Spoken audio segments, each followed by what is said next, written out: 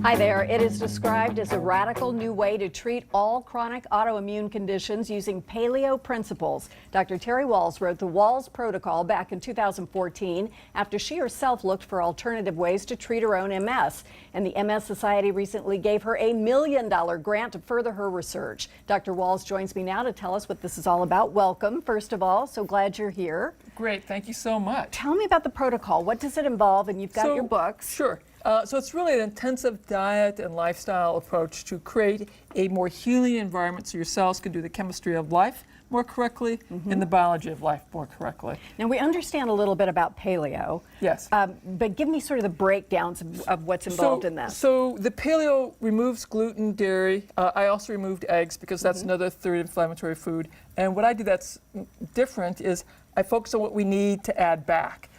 So that we are eating the things that our body needs to repair and rebuild. So we add a lot of healthy fat, we add a tremendous amount of greens, cabbage family vegetables, deeply colored vegetables and berries. I also talk a lot about meditation, mindfulness, exercise. I added some targeted supplements, and I went from being unable to sit up 1 year later to being able to do an 18.5-mile bike ride with my family. That is just like mind-blowing. Absolutely. What are the research, and there you are from A to B.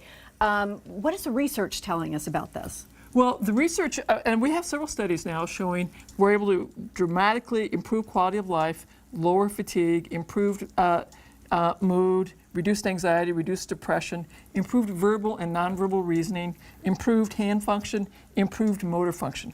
Okay, so is this good for people who aren't autoimmune? Oh, absolutely. It's been great for people with mental health issues. It's been great for others with MS, great for rheumatoid arthritis, lupus, psoriasis. That's amazing. Bacon kale salad is on the menu today. Let's get it smells so good in here. So what I've done is we've got the bacon already cooked up. We've got mushrooms in there. We're going to add some already chopped kale. All right. So let's throw this in. I've been eating a lot of kale lately, so you say this takes less time than the massaging of the olive oil into the kale, which is what I'm going to have you do is stir.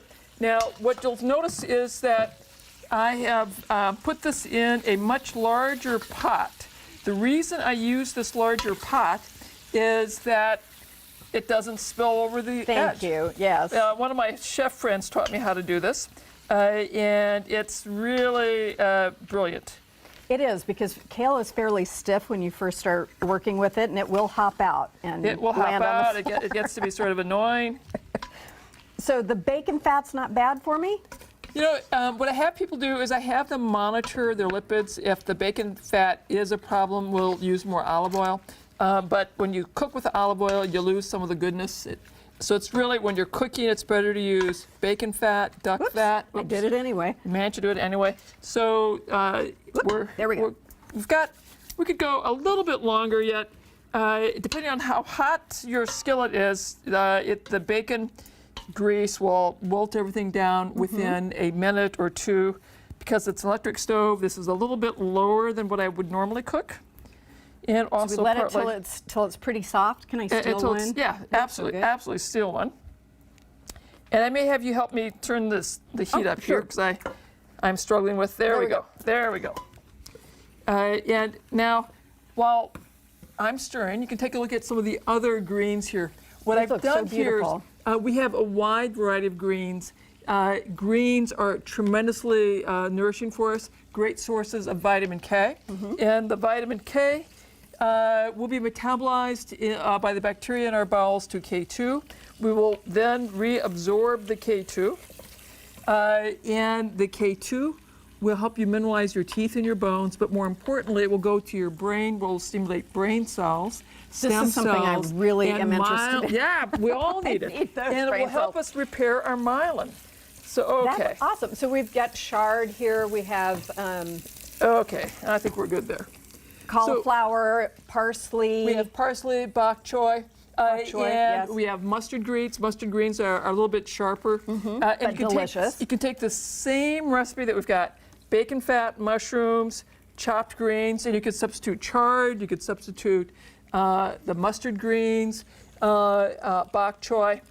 And it's really wonderful to have variety. Because in my program, my goal is to get 200 different plant species in a year. Wow. Okay, I'm down with that. Are mushrooms good for us, or is that just in there for taste? Mushrooms, no. They're fabulously good for us. One of the things I love about mushrooms is that they boost your natural killer cells, which is great for rebalancing our immune cells so they can protect us from infection. And in multiple studies, eating more mushrooms stimulates brain nerve growth factors. Wow. All right. Apparently I'm on target because I ate a lot of kale and a lot of mushrooms. Now, here is a parsley green grape smoothie. That looks beautiful. For this, you just chopped parsley with the stems and the leaves, green grapes, and you can start out with twice as many kale as you have, parsley as the green grapes, or add more green grapes.